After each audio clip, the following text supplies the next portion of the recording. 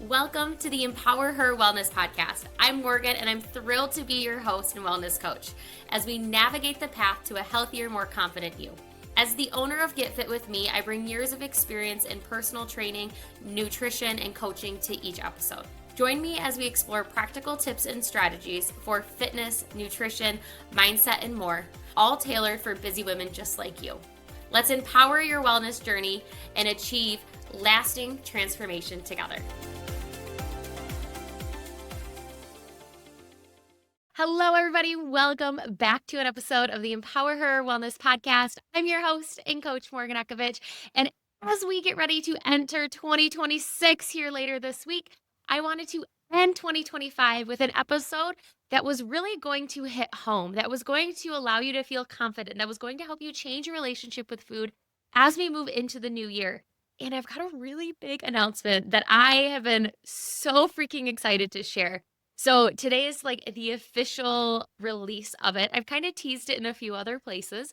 If you are a current client of mine, you already know what it is. But if you are not, I am so excited. So I'm going to get to that here in a little bit. But if you're somebody who feels like cooking is overwhelming, it's scary, or honestly, it's just not your thing because you never actually learned, then this episode is for you. This episode also is for you if you're somebody who enjoys cooking, but you've kind of gotten away from it because life has just gotten busy. Because I know we all have hobbies, and cooking is one thing that I absolutely love. And I love it because I don't have to measure things exactly.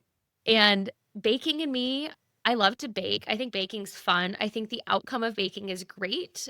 But honestly, I'm so terrible at following directions and like taking that flour cup and like scraping off the excess. Like, I don't enjoy that. I love cooking because it's a little bit of this, a little bit of that, all goes in a pan, all gets cooked, simple, easy, delicious, flavorful, makes my body feel amazing.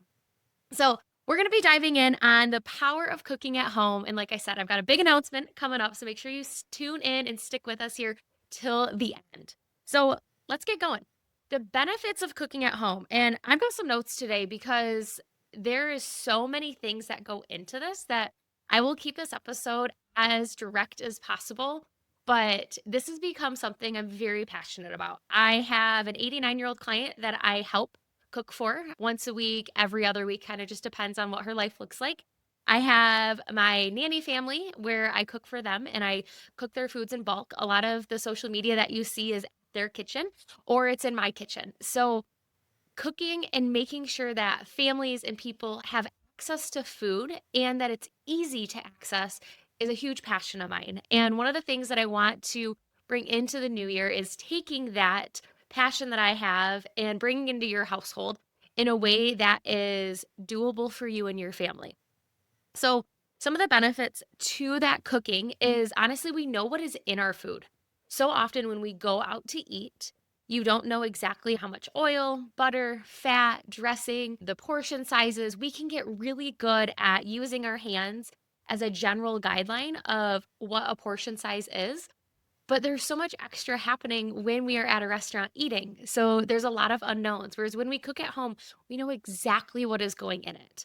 We know exactly when we are sneaking vegetables in there for the kids.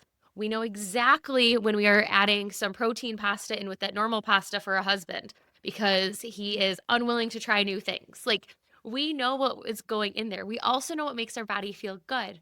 Whereas sometimes when we go out to eat and we don't feel well, it's sometimes hard to pinpoint. Is it because I had something that like I have all the time, but it was just a little bit fattier? Is it because there was a seasoning? Is it the restaurant? Do I have an allergy? Whereas when we cook at home, we have a really good handle on what is going in our body. Cooking at home is also going to save us money. I don't know about you, but honestly, all this year, I think we've seen prices of everything go up. There's some things that have gone down at times, but then there's other things that have gone up. And that's honestly just the economy in general. Over the years, I've just noticed we all have our highs and our lows. So how can you get the most bang for your buck, especially when you are cooking to fuel your body and to make it feel good? The first thing is to make as many meals at home as possible. Eating out, if you think about it, you go, I don't know if you've ate out recently, but you go and you get a double cheeseburger somewhere and with fries, like at an actual restaurant, like not at McDonald's or Burger King or anything like that. You actually go and you have a double cheeseburger, that's going to range anywhere from $15 to $20. Okay, I can buy a whole sleeve of 90-10 patties from Costco, a thing of buns, cheese, lettuce, and tomato for about $25, give or take. And I can make how many burgers out of that? So you get more bang for your buck when you cook at home. There are other things we have to sacrifice, though: our time, our energy, being able to actually cook it, all of those things. I get it. So there is a time and a place for eating out. I always think of the time and place for eating out is when I have planned and the plan has failed. When I'm like, oh, I planned for this, but like it just didn't work out tonight. It's that last resort. The other time is experiences and friendships and family and getting together and having those activities. It's the other time when eating out is fun. Cooking at home and having a cooking party can also be fun. But I don't think we're quite there yet with as frequently as that happens. I think we all have the bandwidth to go out and meet up with a friend before we're like, hey, come on over to my house and let's all cook together. So, another thing that it does is when we cook at home, it helps build confidence, especially for those of you who maybe your husbands have always been the cook, or you have been somebody who's running on like very basic foods or a lot of frozen foods, and you're just comfortable in the kitchen and you're not comfortable with your meals. Maybe you don't really enjoy what you're eating. As you build those skills, you're going to get more confident. You're going to feel more empowered to be like, yeah, I put together a meal. I put together a meal that was crappy, but it had all the pieces. Or I put together a really phenomenal meal that I can repeat over and over again that people love, and you have a go to meal. When we cook at home, we are also changing our relationship with food. Kind of going back to that first thing I mentioned, when we know what's going into it, we then have a better understanding of the time and the effort it takes to fuel our body. Therefore, we tend to slow down when we eat. We savor it a little bit more. We enjoy it because we are creating a better relationship with it. We're like, okay, I am creating a meal to fuel my body. I know what's going in it. I made this meal. And we're not hunters and gatherers anymore like the cavemen were, where we would go out and we would cook and then they would go and they'd kill the deer and they'd bring it home that night. No, but they're still going to the grocery store, coming home, making the food. That so often we've gotten away from that recently, especially in the busyness of the holiday season. I don't know how many clients I've talked to that are like, "Oh yeah, I've ate out like 4 times this week just because the convenience factor." And that's that lack of planning. Or you planned to be eating out and you just knew that that's what life looked like. And then the other thing that is really great is if you have kids, cooking at home helps set an amazing example. If you have kids that are really anywhere from like 3 and older, I think my nanny kids were around 3 probably when we started cooking in the kitchen with them. Very basic, like one of a plastic knives here, cut this thing, but it gets them involved. It gets them curious about food. It creates a healthy relationship with them. They start building the skills and confidence now. So if you're a grandparent or you're a parent or you're an aunt or an uncle or whatever it is, involve the family in it. It does take longer and it is going to be a little messier, but it is totally worth the experience. And there is a time and place. Like if you are on a tight time crunch, not the time and place. But if it's a Saturday evening and you guys can make dinner and it can take a little longer, involve them because they're going to see the importance of it, like why you're doing it. And then they're going to notice, oh, this is fun. This is what we do. This is how we take care of ourselves. So, those are some benefits. I could talk about cooking all day long. Okay, so now that I've talked about the benefits, let's talk about how to get started. And this right here is there's a how to get started and there's a how to actually make it happen consistently. Because there's the difference. Is I can give you all the how to get started, but then we want to consistently start doing it. So, first off, we want to start by getting comfortable. If you are somebody on the spectrum of I don't cook, I hate cooking, anytime I cook something, it burns. I'm unfamiliar. I'm not confident, all of that. I want you to start by learning how to cook one meal. I don't want you to think about, I'm going to cook all my meals. No, don't change what you are doing all the way. We talk about the 0 to 100 approach. I don't want you over here saying, well, I eat out all the time. Now I'm going to eat out none of the time. No, you're going to get so burned out and it's not going to be consistent to begin with. And you're going to get really overwhelmed. You're probably not going to be very good at it at the beginning. I'm going to be honest. When I cook, my cooking in the beginning, my nanny family has been with me a long time. Like they have seen the progression of my skills over the course of 9 years, how that has changed over time. And it's because of the reps that you put in. Very few people are going to come out of the gate and be fantastic cooks. It's going to look picture perfect, all of that. Personally, I don't care about picture perfect. If I can make it look pretty in my little bowl where I can take a photo that you guys can see and I think it looks semi good, that is a win to me. I don't need the whole plating. I need the pieces that are going to fuel my body to be there. So I want you to start with one meal, something simple. And it's actually going to be the one that we're going to be focusing on in January for the announcement I'm going to talk to you about, but protein bowls. So they can look a variety of ways. I'm going to have a few different options for you, but getting really good at making a protein bowl that tastes good, that has vegetables, that has protein, that has carbs, and that has a little bit of healthy fats in there, you are going to have a balance. And if you can get good at making combos like that, you will also never get bored because there are so many different types of proteins and there's so many different types of carbs and veggies. You can mix and match those. And protein bowls are a fantastic place to start. That kind of is like a stir fry. My favorite, I just made this recipe a couple weeks ago and it was so good. I'm going to make it again for dinner this week. You make your white rice on I make it in my Instapot instead of a rice cooker because I don't have a rice cooker. You can also do it with a pot and pan on the stove. And then you make, and it's beef stir fry. So it's beef. And then I made a homemade ginger sauce with just ingredients I had at home. I bought a little bit of ginger. Other than that, everything else I had. And then you throw in a bunch of veggies. You can buy a stir fry mix already pre-frozen, or you can use whatever veggies you have on hand. And just going through and mixing and matching, it's 3 different components that we can put together that are going to taste good, which we'll talk about the formula here in a little bit when we talk about consistency. The other thing to think about is when you are getting started, we see all these amazing recipes on Facebook, Instagram, Pinterest, wherever we see it.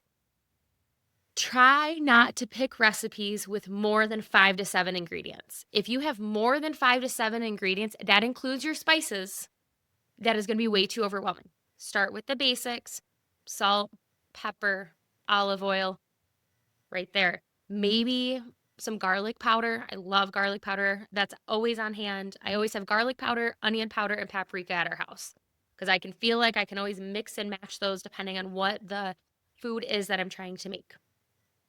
But we want to make sure that we don't have, well, I need chicken, I need beef, I need rice, I need lentils, I need broccoli, cauliflower, zucchini. Like when you get too many ingredients going on, if you can't buy them kind of together, it involves a lot of prep, a lot of chop, and it's probably going to have more steps. And if you are starting out, we want to keep that short and sweet. We want to keep easy meals that take one pan, one sheet, one crock pot, things like that. Let's get you comfortable with those.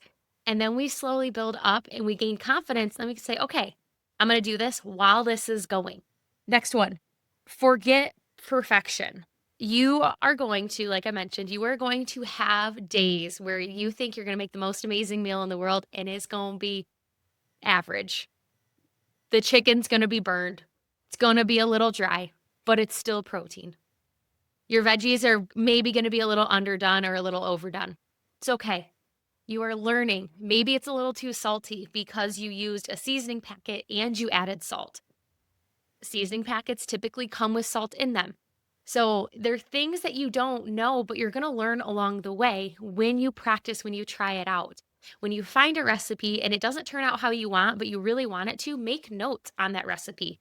Okay, it tasted like this. Or, okay, my chicken was a little overdone. I want to cook it 2 minutes less. Like, make notes so the next time you go back, you know what is happening. Just like we take notes and we track everything. Do it on your recipes too. When something goes really well, which is what I struggle with, I'm going to be completely honest. Because I'm an ish cooker, means a little bit of this, a little bit of that, to measure with my heart for the garlic, that it's hard sometimes for me to replicate. And when people are like, oh my gosh, that chili was so great, can you make it again? I'm like, I will try my best.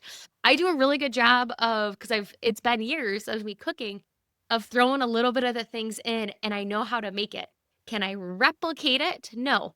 But that's the thing, is over time you get comfortable with making your own concoctions. We are not going to go there to begin with. We're going to start with recipes that are easy to follow, that are quick, that are simple, minimal ingredients, minimal pots and pans that get you something very quickly that is flavorful and fuels your body. And the other thing, kind of just like I mentioned, is use what you already have. Stop going out and buying more kitchen stuff. I know it's the holidays. You probably already got something for the holidays, whether it was a new strainer or a Vitamix or whatever it is. Like, you don't need more appliances. You got a pot, you got a pan, you got a spatula, you got a whisk. You don't even need a whisk. You can use a fork. Like, we are slowly kind of revamping our kitchen accessories. Like, I just got new measuring cups because my measuring cups were my mom's that I took to college that were plastic and they worked fine. But I got myself some nice measuring cups after last Christmas because I knew I wanted a set that matched. But I don't need a set that matched. I go to my nanny families and they have more kitchen gadgets than I do. So it's fun to use them, but they're not necessary. We both have Zoodle spiralers. Theirs is one that like suction cups to the counter. You like put it in and then you like twist. Mine is just a handheld one. So there's ways to get different tools if you choose to that do not take up more counter space and more cabinet space. Because I'm going to be honest, my kitchen is not very big. As you'll see in some of our upcoming announcements here, that it's not, I have just the average kitchen. We rent our house. We love where we live. And it's a decent sized kitchen for the size of our house, but like it's nothing massive. There's plenty of room for what we have, but I have to be strategic of do I really need this or do I not? So now let's talk about how we can actually make this happen consistently. First thing is you have to pick your cooking days. And this goes back to our meal prep and planning boot camp that I've talked about over and over throughout this year, and honestly, since we started this podcast, is you need to be able to sit down and look at your calendar and say, I am going to cook Tuesday, Thursday, Friday, because those are days that you are going to be home for dinner. Wonderful. If you say you're going to cook every night of the week, I can guarantee if you have kids, you are not home every night of the week, unless you have a baby. And that's probably the only reason. Once they start getting involved in activities, like you are not home every single night of the week. It's just not how it is. So knowing that, actually making a realistic plan, putting it on your calendar, knowing what nights you're going to cook. Number two, that to go on to that is plan your meals in advance and make sure you've got the groceries on hand. I've done a few AI trainings on this, on how you can use ChatGPT and AI, and I'll talk about it more in 2026 on how to kind of leverage it to create some recipes that are simple and quick. But also, you've got your staples. You've obviously been cooking something over the years. So make it easy. If Mondays are a day you're cooking, maybe it's Mexican Monday. And every week you're going to choose something different, whether it's tacos, burritos, enchiladas. Like create a theme and just know that on Mondays, that is what you're going to do. And the type of food you serve may change, but for the most part, you know what you need. You need taco stuff. You need sour cream, salsa, cheese, meat, lettuce, tomato, beans, corn. You need those things on hand. So you are always going to make sure that those are on your staple list. The next thing is listening to the formulas and having an idea of what that formula looks like. And I mentioned it in this last section here is protein, veg, and carbs. So if you think about it, thinking through every single meal, I really like bowls because I think they're a really easy spot to start. Like I said, you can make all the pieces individually and you can just put it all together at the end. Or sometimes you can make it all in one pan, whether it goes in the oven or it's on the stove. So there's a lot of variety when you are focusing on bowls. So for instance, a stir fry is protein, veg, rice, and sauce. It's a formula. It's all you need. I don't care about the actual ingredients, but what are the main pieces? For a breakfast bowl, we need eggs, veggies, and a carb. So some days I'll do eggs, egg whites, peppers and onions, and then I'll do potatoes in the air fryer because they're just quick and simple. And I feel like I always have potatoes on hand. Or I'll do some sourdough bread. I love Aldi's sourdough loaf. It's delicious. So thinking through what you need, you always need a source of protein at every single meal. Your healthy fats, you may be adding it as like an avocado or some nut butter or olive oil, like if you want to drizzle on top, or maybe it's just being cooked in. If you're cooking your eggs or your meat in olive oil or butter, there's your healthy fat right there. But then you want to make sure you've got a vegetable and we want to make sure that we've got some sort of carbohydrate. It doesn't have to be a big serving. Maybe it's a little bit of potatoes, maybe it's a little bit of rice, but we want to make sure we've got a balance because our body needs all of these things to balance our hormones, make us feel good through every single day of the month. And we also need it to keep our energy levels stable so that we're not going up with a blood sugar spike and then a crash. We need that protein to balance out. We need that vegetable for the fiber. Maybe your carb is going to be lentils or quinoa or beans, something that is a little bit heavier on that fiber side because you're looking to hit a fiber goal, which we're going to dive more into in 2026. And then finally, honestly, this is the thing that I think we get lost in and is the thing that's going to make it the most consistent is you have to make it fun. You have to get out of your head of this is what I have to do. I have to cook dinner tonight. I get to cook dinner. I have the opportunity to cook dinner. And yeah, there's days where it feels like I have to. But if we can rewire or we can add something into that process to make it feel more fun and exciting, things like popping in a podcast, listening to this podcast while you are cooking, or maybe it's watching a show, maybe it's listening to music, maybe it's pouring yourself a glass of wine, maybe it's jumping on the phone with a girlfriend who you don't talk to very often and just saying, I'm going to just call her while I'm cooked today. Or maybe it's signing up for our cooking club in 2026 because it's so much more fun to cook dinner and to cook meals together and learn how to cook together. So as we kind of move in, on that note, I'm super excited. Many of you have reached out to me and said that you want to cook more at home. Hence the reason of this podcast today. But also, when you cook at home, you don't just want to cook at home more, but you want to cook at home and feel more confident in the kitchen, and you want to feel like it's simple instead of stressful. And I took all that and I've been trying to think of how I wanted to implement this and make this really fun for all of you. And I decided in 2026, and as soon as this episode is out and you're done listening, you can go to the show notes and you can actually sign up to be a part of it. So in 2026, I am launching Morgan's Cooking Club, and I am so excited. It is designed to actually help you enjoy cooking, feel supported, feel confident, learn how to make new foods that not just you, but also your family enjoys. And in this, I'm going to tell you what you're going to get in the cooking club. And the first thing is we are going to do a live cooking class every single month. So if you are part of our cooking club, you are going to get access to our Get Fit With Me inner circle. In there is going to be all of our cooking club ladies, as well as any one-on-one clients I have. If you're already a one-on-one client, you get access to our cooking club. So that's a little bonus in there. So in the cooking club, we've got that live cooking class every single month. Every month, we're going to change the day, the time, and the date.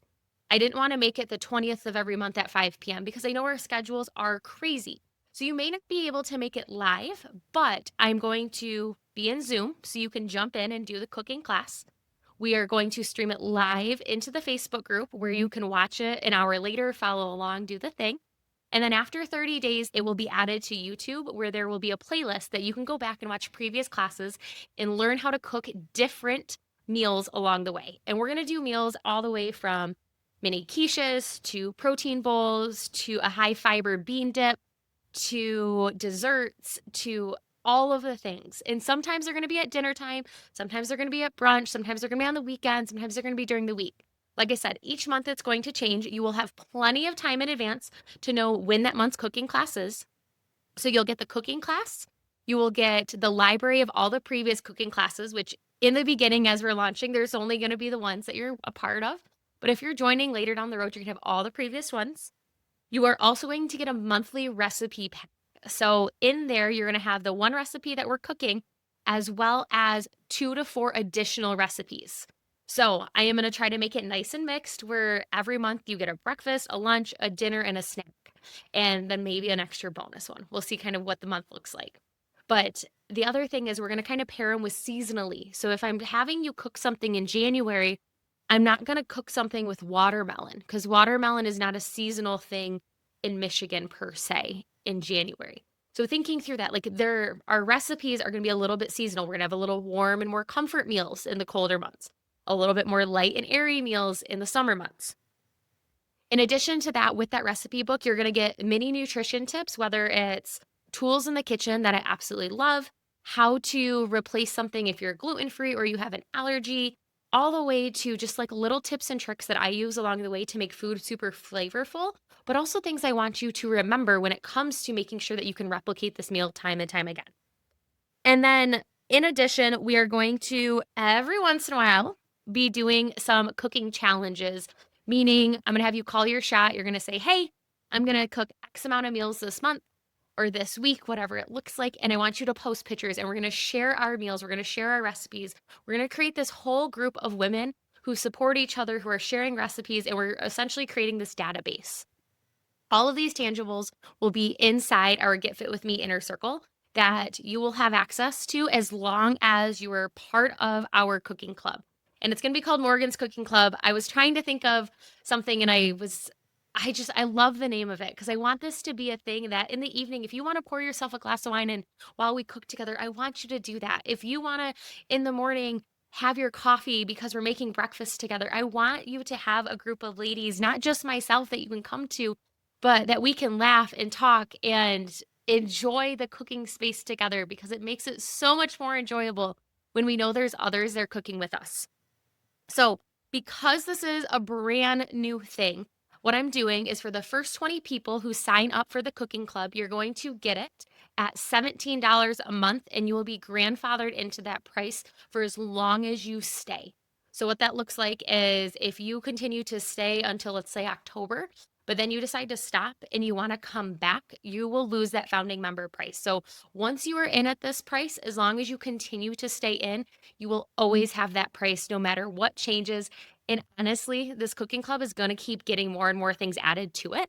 This is just kind of the baseline, what we're starting with, and how I want to see everybody interact and grow, and what types of meals you guys want, and things like that. So, with that, you can cancel at any time, like I said, as long as you know which if you sign up on the first, I need at least a 7 days notice. If you sign up on the 7th, I need to know on the first, just so I've got time to cancel that. It's super easy. You just send me an email and say, hey, Morgan, I'd like to cancel the cooking club. And I just cancel it as long as I've got that 7 day period before your withdrawal.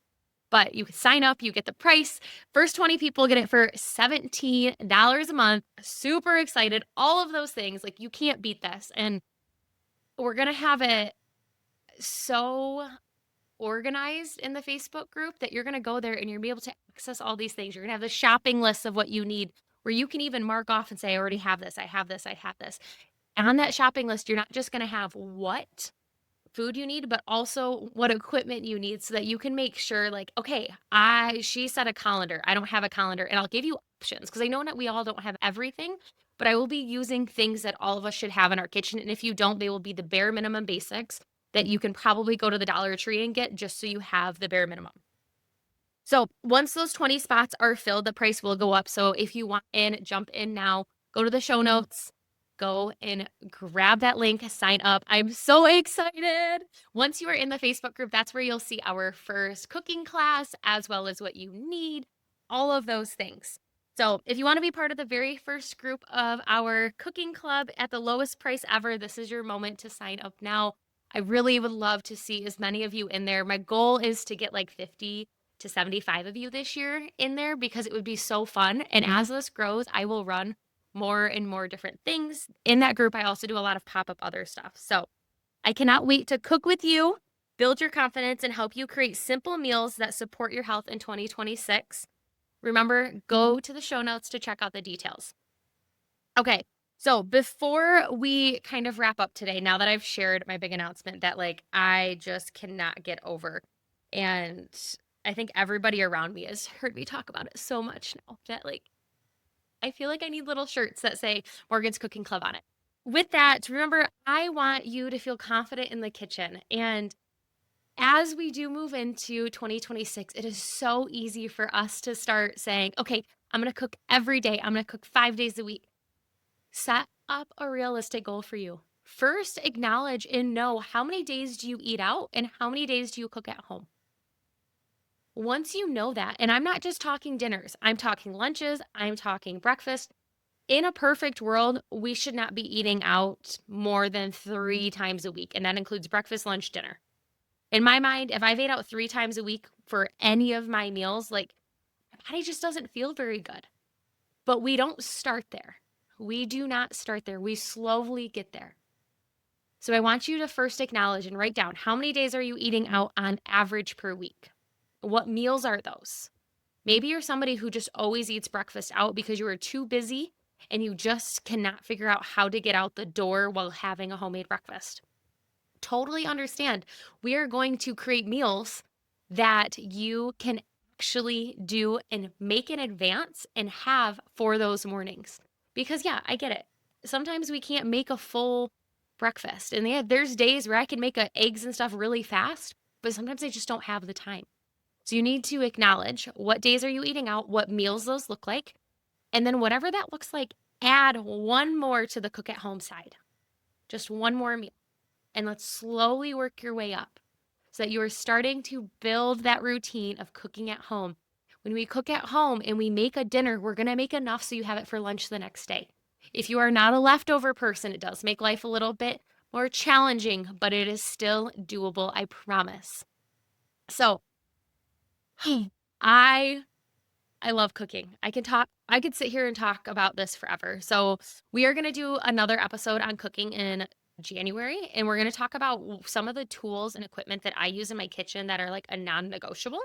And it doesn't mean you have to have them, but I'm just going to share the reasons behind it, because I think that's the other part, is we just don't know how to use the things in our kitchen. And that's what the cooking club is meant to be, to teach you how to use what you have to make meals that you love, that make you feel good. So I hope you guys have a fantastic rest of your 2025. I hope you have a great, happy new year, and we will talk to you in 2026. Hope to see you inside the cooking club.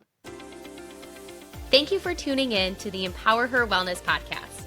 I hope you found today's episode inspiring and packed with actionable tips. Remember, your journey to becoming the strongest, most confident version of yourself is just beginning. Be sure to subscribe so you never miss an episode, and join our community of empowered women. Until next time, stay strong and stay confident.